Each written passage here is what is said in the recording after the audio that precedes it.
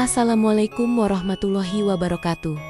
Sahabat legenda, pernahkah terlintas di benak kalian yang paling dalam bahwa tanah tempat kita berpijak hari ini bukanlah sekedar hamparan pulau biasa? Bagaimana jika negeri yang kita sebut sebagai Nusantara ini sebenarnya memegang kunci rahasia terbesar dalam skenario akhir zaman yang telah tertulis ribuan tahun lalu? Selama ini, kompas akhir zaman kita selalu terkunci ke arah padang pasir Timur Tengah.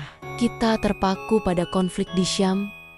Kita menanti tanda di Jazirah Arab. Namun, di tengah fokus itu, kita sering melupakan satu isyarat langit yang sangat jelas dan sering diulang-ulang.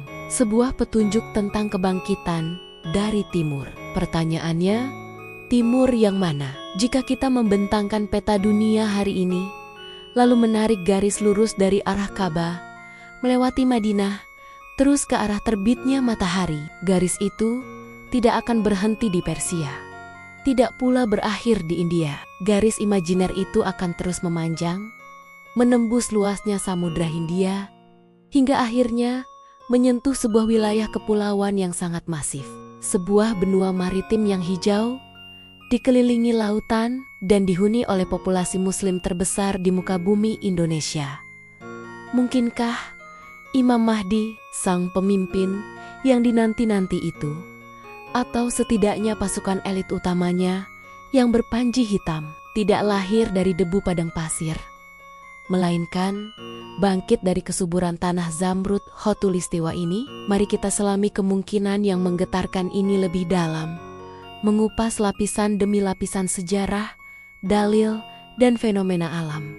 Dalam banyak riwayat, Rasulullah Shallallahu Alaihi Wasallam memberikan kabar gembira tentang munculnya pasukan dari arah timur yang akan membuka jalan bagi kekuasaan Al-Mahdi.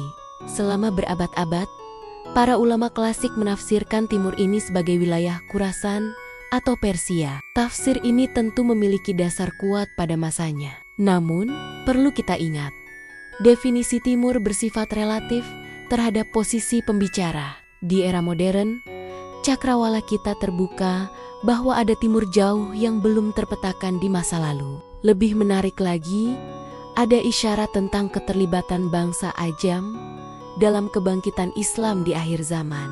Ajam secara bahasa berarti non-Arab, atau orang yang bahasanya tidak fasih berbahasa Arab. Coba kita renungkan, siapakah bangsa non-Arab terbesar yang mencintai Islam melebihi nyawanya sendiri, yang lidahnya mungkin tidak fasih melafalkan huruf Arab layaknya penduduk gurun, namun hatinya bergetar hebat setiap kali nama Rasulullah disebut? Jawabannya mengarah kuat pada rumpun Melayu Nusantara. Karakter Islam di sini unik, lembut di permukaan, namun memiliki keteguhan tauhid yang setara baja di kedalamannya.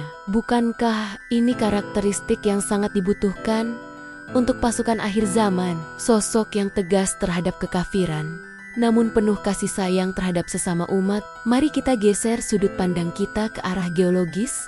Mengapa Nusantara? Allah tidak menciptakan sesuatu tanpa sebab. Indonesia diletakkan tepat di atas Ring of Fire atau cincin api Pasifik. Kita hidup di atas tumpukan lempeng bumi yang terus bergerak, dikelilingi ratusan gunung berapi aktif. Secara mentalitas, manusia Nusantara adalah manusia yang akrab dengan bencana. Kita ditempa oleh gempa, letusan gunung, dan tsunami. Dalam skenario akhir zaman, ketika Malhamah Kubra atau perang besar terjadi dan teknologi modern runtuh, mentalitas bertahan hidup inilah yang paling berharga. Bangsa yang manja dengan kenyamanan teknologi akan histeris dan hancur. Namun, bangsa yang terbiasa hidup berdampingan dengan kemarahan alam, yang terbiasa bangkit kembali setelah dihantam bencana, adalah bangsa yang paling siap secara mental untuk menjadi survivor.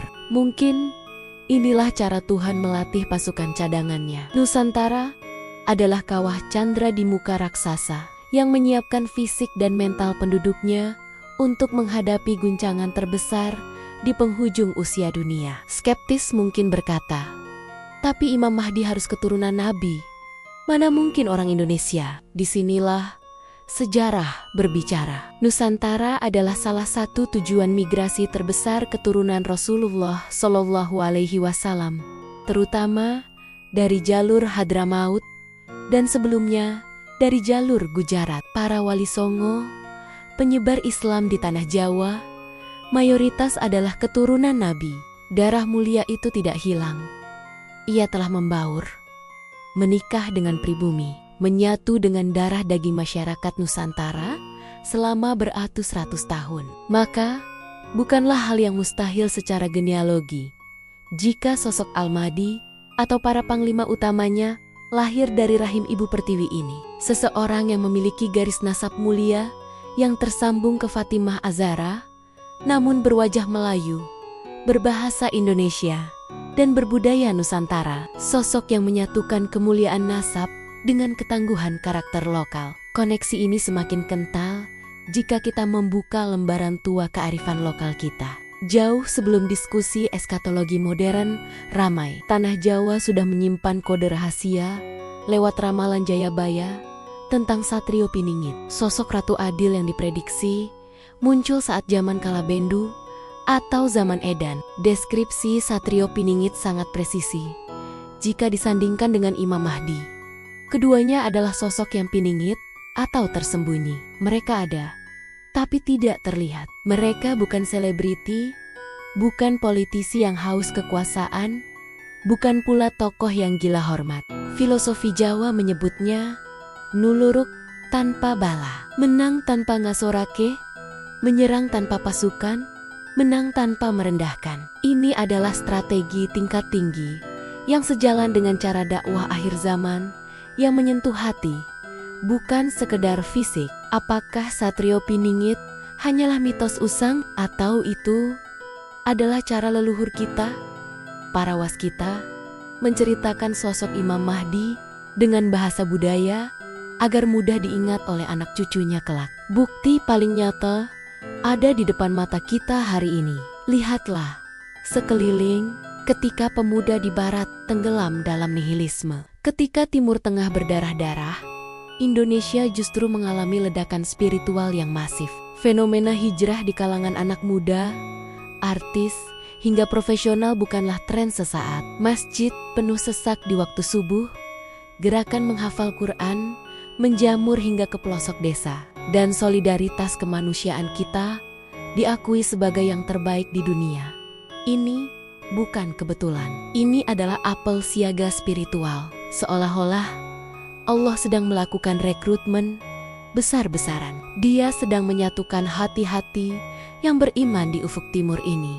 Sebuah pasukan yang mungkin tidak memegang senjata nuklir, tapi memiliki senjata yang tidak dimiliki bangsa adidaya manapun. Doa yang tulus, persatuan ukhuwah, dan keyakinan yang tak tergoyahkan pada janji Allah. Nusantara sedang disiapkan menjadi Bahtera Nuh di akhir zaman, tempat di mana bonebani peradaban Islam yang murni dijaga untuk kelak disemaikan kembali ke seluruh dunia. Namun, narasi besar ini bukanlah alasan untuk kita menepuk dada dan bersikap sombong. Justru sebaliknya, predikat harapan dari timur adalah beban yang sangat berat di pundak kita.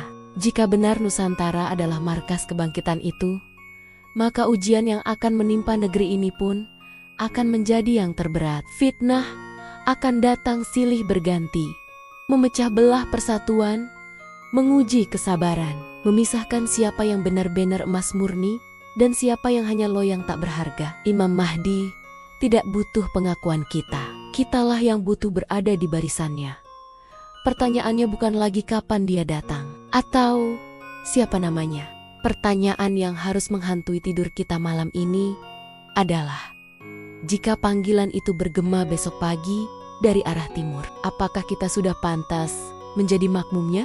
Apakah kita akan menjadi bagian dari pembawa panji hitam yang menegakkan keadilan? Atau kita hanya akan menjadi buih di lautan yang terombang-ambing fitnah Dajjal? Sahabat legenda, diskusi ini tentu belum berakhir. Saya ingin mendengar suara kalian, para penjaga Nusantara. Menurut kalian, apakah Satrio Piningit dan Imam Mahdi adalah sosok yang sama atau dua satria yang berbeda? Tuliskan pendapat dan teori kalian di kolom komentar di bawah. Diskusi kalian akan memperkaya wawasan kita bersama. Jika kalian merasa video ini membuka mata hati kalian, jangan lupa tekan tombol subscribe dan nyalakan lonceng notifikasi agar kalian tidak tertinggal satupun jejak sejarah yang kami ungkap di channel Legenda Nusantara dan Dunia. Dan untuk melengkapi pemahaman kalian tentang peta akhir zaman, sangat penting untuk mengetahui siapa musuh yang akan kita hadapi nanti. Silakan klik video di layar sebelah kiri untuk menyimak pembahasan tentang Dajjal, atau video sebelah kanan tentang Yajuj dan Majuj. Waktu terus berputar, matahari semakin condong ke barat, namun cahaya kebenaran sedang bersiap terbit dari timur. Wallahu alam bisawab. Wassalamualaikum warahmatullahi wabarakatuh.